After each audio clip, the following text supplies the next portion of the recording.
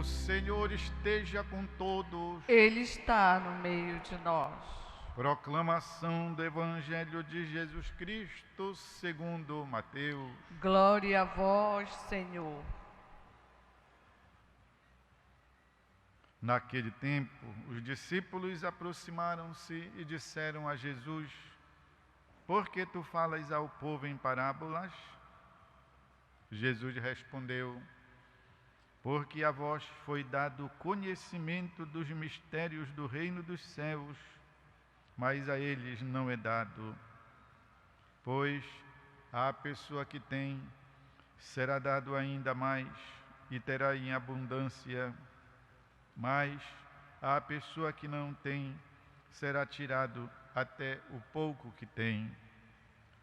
É por isso que eu lhes falo em parábolas, porque olhando eles não veem, e ouvindo eles não escutam nem compreendem. Deste modo se cumpre neles a profecia de Isaías, que diz: Havereis de ouvir sem nada entender, havereis de olhar sem nada ver, porque o coração deste povo se tornou insensível. Eles ouviram com má vontade e fecharam seus olhos, para não ver com os olhos, nem ouvir com os ouvidos, nem compreender com o coração, de modo que se convertam e eu os cure. Felizes sois vós, porque vossos olhos veem e vossos ouvidos ouvem. Em verdade vos digo, muitos profetas e justos desejaram ver o que vedes e não viram. Desejaram ouvir o que ouvis e não ouviram. É palavra da salvação. Glória a vós, Senhor. Queridos irmãos e irmãs, nós temos que agradecer a Deus, nosso Pai, que todos os dias nos dá o pão da Eucaristia, o pão da palavra, para que nós nos nutramos, não esqueçamos. A fé é necessária para a nossa caminhada. Sem a fé, nós vamos nos arrastando ao longo desta existência. E como sabemos, a fé é um alimento, é um combustível. Quem vive sem comer? Nem os que estão em coma, porque eles comem através da sonda, mas comem. Ninguém vive sem se alimentar. Assim, fazendo uma comparação, uma analogia com o espírito, ninguém vive direito se não se alimenta espiritualmente. Fica capenga, fica coxo, pega a doença e facilmente morre. Também espiritualmente se morre. Por isso, fortalecer a fé, para que, assim, possamos dar continuidade à nossa caminhada. Deus não gosta de uma vida que seja empurrada pela barriga, como se diz, empurrada com a barriga. Deus gosta de uma vida em que a gente tenha consciência das coisas e possa realizar, ao gosto dele, a missão que nós temos nesta terra, porque todos temos, ninguém vem a este mundo à toa, todos temos uma missão a realizar. Vamos embora se interessar qual seja a nossa, se porventura ainda temos dúvidas e não vemos com clareza. A palavra hoje vem ao nosso encontro e ela é muito forte, exatamente porque, pensando bem, não é fácil de compreender. Primeiramente, temos que entender que Jesus começa a falar numa linguagem que, no estudo da Bíblia, se diz uma linguagem apocalíptica. O que quer dizer? Como fosse uma linguagem codificada, uma linguagem cifrada, uma linguagem especial. não tem a mesma clareza de quando Jesus conta, por exemplo, uma parábola que tem princípio, meio e fim. Mas hoje a palavra está assim um pouco como que subentendida. E era escrita assim porque só aqueles que eram iniciados, que tinham, portanto, uma noção das coisas, podiam apreender o significado desta palavra. É quando se diz alguma coisa em forma de código que alguém entende, a maioria não, a não ser aquele a quem foi dado o código. No caso, o código aqui é para o cristão que conhece ou foi iniciado no conhecimento de Deus, o cristão que conhece a palavra, o cristão que sabe como deve ser o comportamento do cristão, o cristão que, portanto, já está fazendo uma caminhada, que já ouviu, que já viu, que pertence a uma comunidade, ele entende muito melhor aquilo que então Jesus está falando.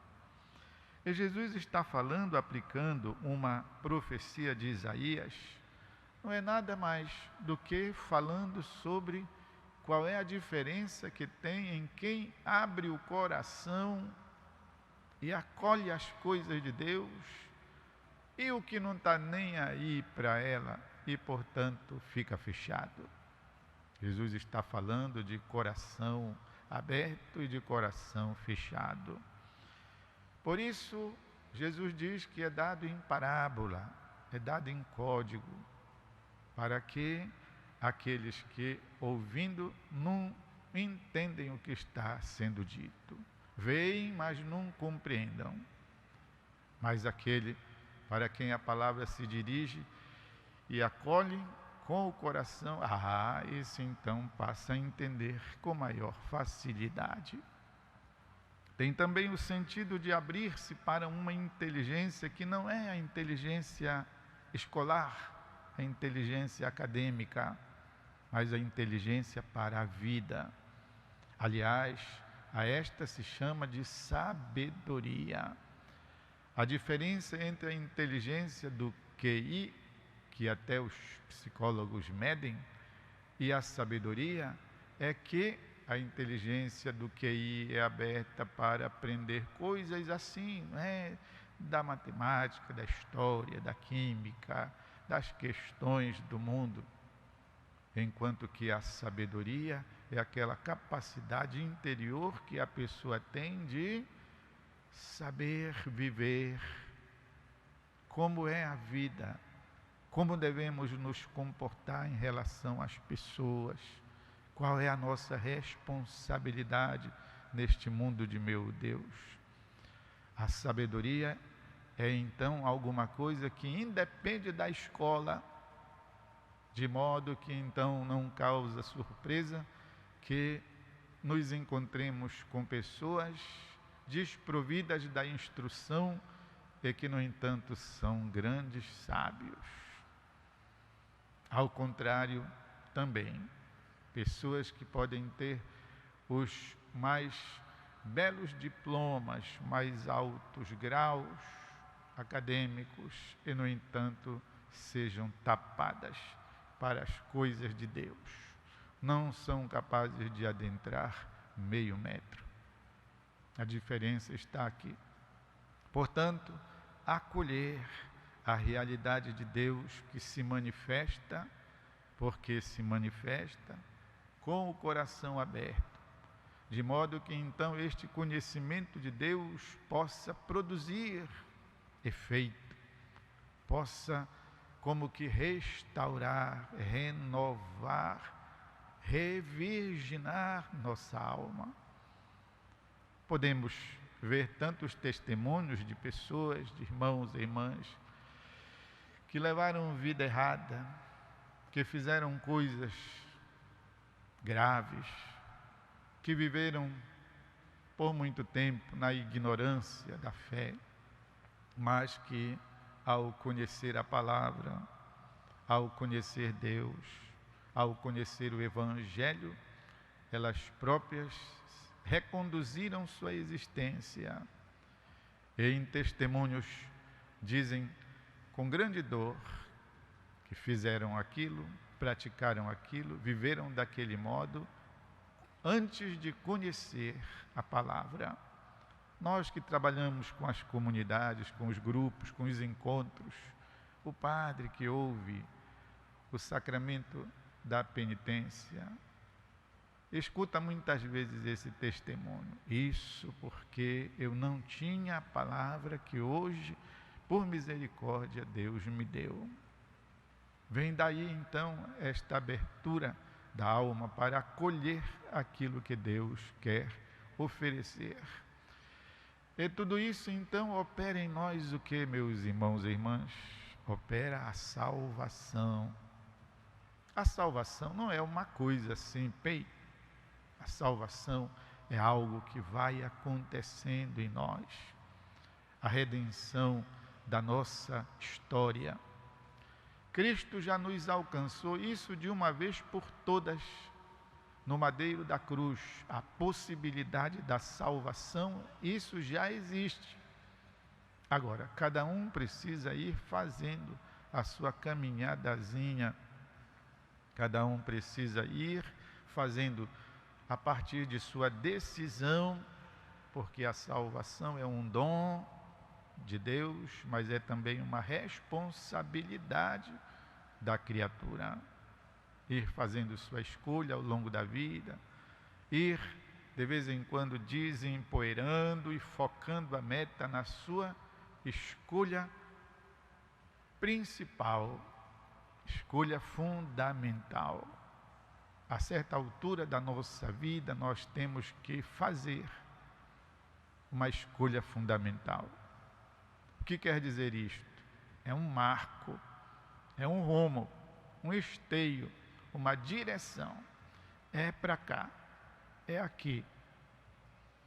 É para o bem, é para o amor, é para a justiça. É pela fé, é pelo que é belo, é pelo que constrói, é pelo que é verdadeiro, é pelo que é bom, é pelo que faz bem às pessoas e ao mundo. Em suma, é por Deus. É Ele o rumo, é Ele o esteio, é Ele a direção. Mesmo que a gente bambeie daqui para ali, uma vez ou outra se distraia, escorregue, mas nós temos que ter fixo a escolha fundamental feita. E isso, meus irmãos e irmãs, nós fazemos quando entendemos as coisas. Portanto, um adolescente, um jovem, já pode fazer sua escolha fundamental de vida. As crianças podem ser ajudadas, educadas, criadas nesta direção. E devemos renovar sempre, todo o tempo. Hoje se usa muito uma expressão que diz, voltar ao foco, focar. Significa que às vezes o foco vai para cá, vai para ali. Não, vamos voltar para o rumo que deve ser.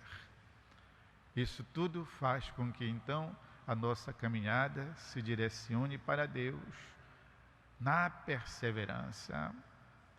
Santo Antônio Maria Zacarias dizia que nós não devemos só começar é de muitos. A questão é perseverar, renovar continuamente a escolha feita e prosseguir confiando em Deus. Hoje nós estamos celebrando a Santa Missa da Divina Misericórdia, no ano da Misericórdia, perto da Jornada Mundial da Juventude, porque os jovens estão indo do mundo inteiro para encontrar-se com o Santo Padre, o Papa Francisco, em Cracóvia. Eu estive lá o ano passado. Estavam construindo, além do Santuário da Divina Misericórdia, mais para cima, outro monte que tem, mais perto, estavam construindo um imenso santuário que era São João Paulo II. de modo que tudo aquilo ali, em muito espaço, vai ser lotado pela juventude do mundo. Daqui também de Belém já foram vários para participar desta jornada. Nós queremos rezar que a misericórdia seja anunciada e impregnada no coração dos jovens. Os jovens não são o futuro do mundo, como costumamos dizer. Eles já são o hoje, o presente da igreja. Eles já são o momento atual, porque eles estão vivos, estão fazendo acontecer e haverão de melhorar nesta ideia da continuidade, haverão de melhorar mais ainda quando então amadurecerem. O mundo haverá de ser melhor, meus irmãos e irmãs. Alguma coisa está se mexendo. E se ainda existem essas negações de violências, de corrupções, de anticultura, esse é o estremecimento do demônio, porque alguma coisa nova está sim acontecendo. Algo de bom se está estabelecendo no meio de nós. Vamos abrir os nossos olhos, vamos pegar emprestado o espírito do Papa Francisco. É assim que ele olha o mundo. Não olha pelo lado do desespero, nem das coisas ruins que acontecem, mas olha com óculos da possibilidade. Por isso queremos rezar mesmo a Santa Missa. Deus misericordioso nos conceda a sermos, como quis Ele para o lema do ano da misericórdia, a sermos nós também misericordes sicut pater, que em bom português quer dizer misericordiosos, como é? Misericordiosos como o Pai. Um instante de silêncio, deixe alguma coisa cair no seu coração.